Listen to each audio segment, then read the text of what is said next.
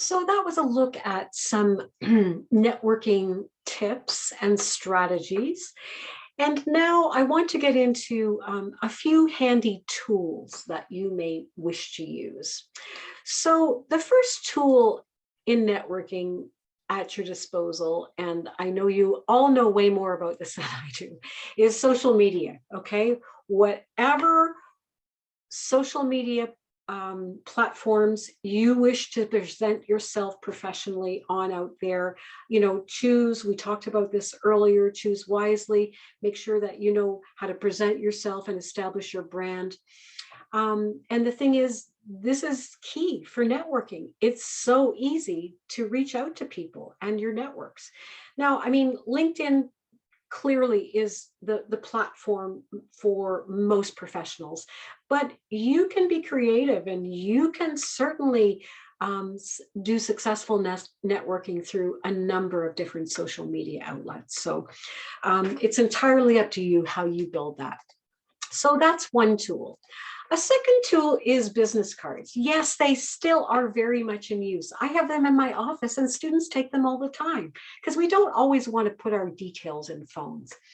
And you can get 500 cards made up for 10 bucks. It's cheap. And so if you are just happen to be at that event and you want to just connect with somebody, it's that the lasting piece of information that you're going to give to that person, right? So that they have it and look at it. Oh yeah, right. I remember that student. So be prepared. It shows also that you're thinking ahead and what you might need. One funny example of this is when my daughter first went to away camp, overnight camp, a long distance away when she was a Girl Guide. I made up little business cards for her because she's a bit of an introvert and doesn't talk easily with people. So, that she could share her business card, just had her name and email on it. And it's an easy way just to establish that connection and try to keep the connection going. But remember my words from before, you need to follow up. If somebody gives you their business card, you need to that day or the next day, write a note to them, connect with them, remind them how you met, and start strengthening and building that connection right off the bat. So social media, business cards, absolutely. Another networking tool is informational interviews, okay? And so these aren't interviews for a job. This is the sort of thing that you may connect with someone in an organization whose work you think is very interesting and you're intrigued by it. And you may say, hey, I see you have this job title. That sounds really interesting to me. Would you have like 15 minutes to meet with me to have a chat? Tell me about what you do. Tell me about what I might need to build on my resume to be successful in that role for you to hire me. What do you like about the work? What do you not like about the work? What does your day look like? So this can really help you not just create a network, but it can actually help inform your future decisions too. So if you're not sure that, being an OTPT is for you, this is the sort of thing. Sit down with an OT or a PT or anyone of a profession of interest. Find out more about what they do and see if that still interests you, because you need to know all you can about a profession before you invest the time and money and effort to follow a certain path. So it can help inform your future, but it can also help establish opportunities. And just one really quick example, one of my colleagues in my office, he's the poster child for informational interviews, because when my workmate took on another position in our office, it left a gap and we wanted to hire somebody quickly. And someone else said, hey, you know what? Someone came in to do an informational interview with me. Do you want to look at that resume? And we did. And we brought the person in and now they're hired full time. Okay. So it started with just that conversation, because the thing is, it can save hiring managers a lot of time. If you've already had a discussion with someone and you've already checked out the fact that, hey, this person was a pretty nice person and they seemed to have a lot on the ball and they were certainly interested and eager to know more. Why not? Why don't we give them a try? Especially for a short-term opportunity. It's kind of a low-risk way to introduce somebody new to your team. You just never know where these are going to go, but you never, ever, ever ask for a job or ask for anything. This is all about you being curious, okay? So some interview questions for the informational interview. Important skills you might need to perform the job well. What education or experience would I need for you to hire me in this role? Is there a typical career path in this position? What do you enjoy most about your job? What are the main challenges?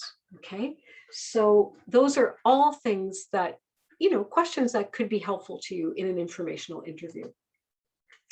So then the last networking tool I wanted to introduce is thank you notes, okay? I know it sounds like an old-fashioned concept that your grandma supports, but trust me, these are very helpful things. If someone has taken the time to talk with you, to invest in you, to have a conversation, it's okay to send that note. It's more than okay, it's necessary. Thank them. Thank you so much for taking the time to chat with me about that. It was really helpful and informative. And, this is how you keep the connection going. Networking is not a one-time event. Networking is building. You have the conversation, you do the follow-up. And thank you notes are one way to do it. And also absolutely essential. So if you ever get to an interview stage, or even if you're having an informational interview, you need to thank the person for giving you that time. It's essential. You need to do that. So this is just a humorous look at some typical networking tips that are available to you, and how this particular person tries some of them out at a networking event. I have posted the link to this in the module section as well, so you can have a look at that.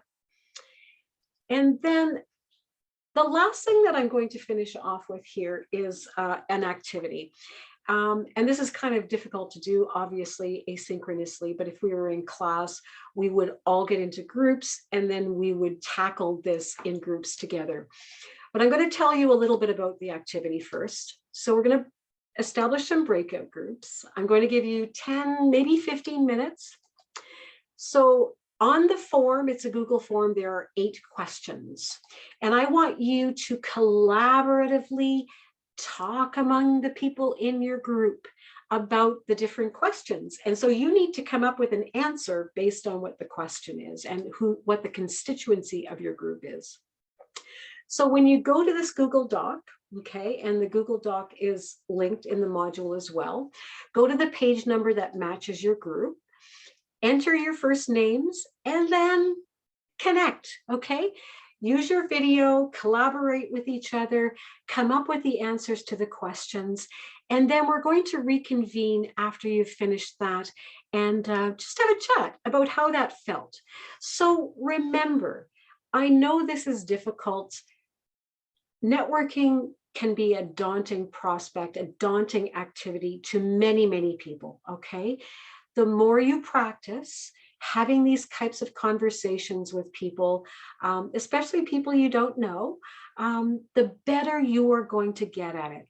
Okay, so invest some time in this activity, get to know your group members, and just feel the confidence in yourself growing that you can do this. Okay.